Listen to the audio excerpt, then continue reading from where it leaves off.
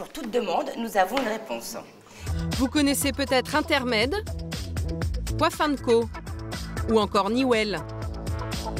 Vous avez sûrement entendu parler de Saint-Algue, du luxueux Jean-Marc Magnatis ou encore du non moins célèbre Jean-Louis David.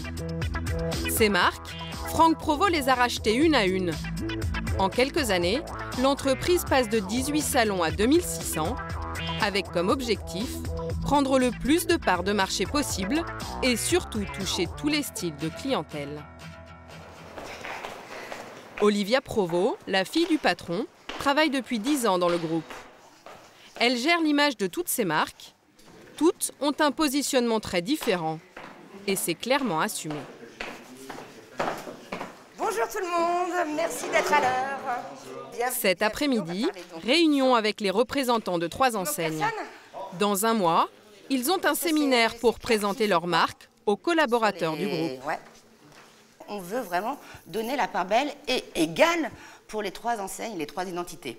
Donc on est bien d'accord que sur Coiffinco, on ne coupe pas et on ne coiffe pas de la même façon que sur Saint-Algue. Le séminaire est commun, mais il y a donc 3 styles et surtout 3 clientèles visées. Ce que ne manque pas de leur rappeler Olivia. Saint-Carl, donc Saint-Carl by Intermed et Intermed.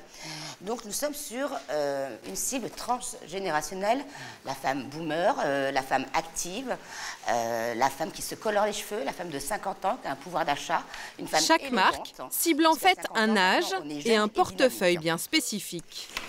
Pour toute demande, nous avons une réponse. Si vous êtes axé sur le développement durable, si vous faites attention à la planète, nous avons Saint-Algue.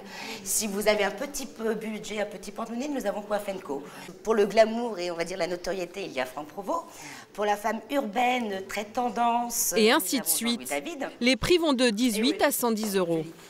Ainsi, en balayant tous les styles et toutes les gammes de prix, les Provost ont réussi à mettre la main sur 12% du marché de la coiffure. C'est-à-dire que 9 marques, c'est une façon finalement de correspondre à chaque femme. En Europe, c'est la seule entreprise de coiffure à détenir autant de marques différentes. Cette spécificité, elle a su l'exploiter pour s'implanter partout. Mais ce n'est pas encore assez pour le grand patron. À l'étage du dessus, Franck Provost a toujours un œil sur son empire. Sur ses cartes, chaque point représente un salon de coiffure. L'étage du développement. Là, c'est la marque Franck Provost. On a les salons Jean-Louis David. Là, c'est Saint-Algue aussi. Des cartes déjà bien remplies, mais avec 2600 salons, il n'est pas encore rassasié. Il a beau coiffer plus d'un Français sur 10, il vise 2 fois ça d'ici 5 ans. Il faut donc multiplier les implantations. Et en ce moment, c'est l'Est qui aiguise son appétit. Je trouve que là aussi, un peu l'Est aussi. L'Est, ils ont du travail à faire là, sur l'Est. Je vois surtout là où nous ne sommes pas présents.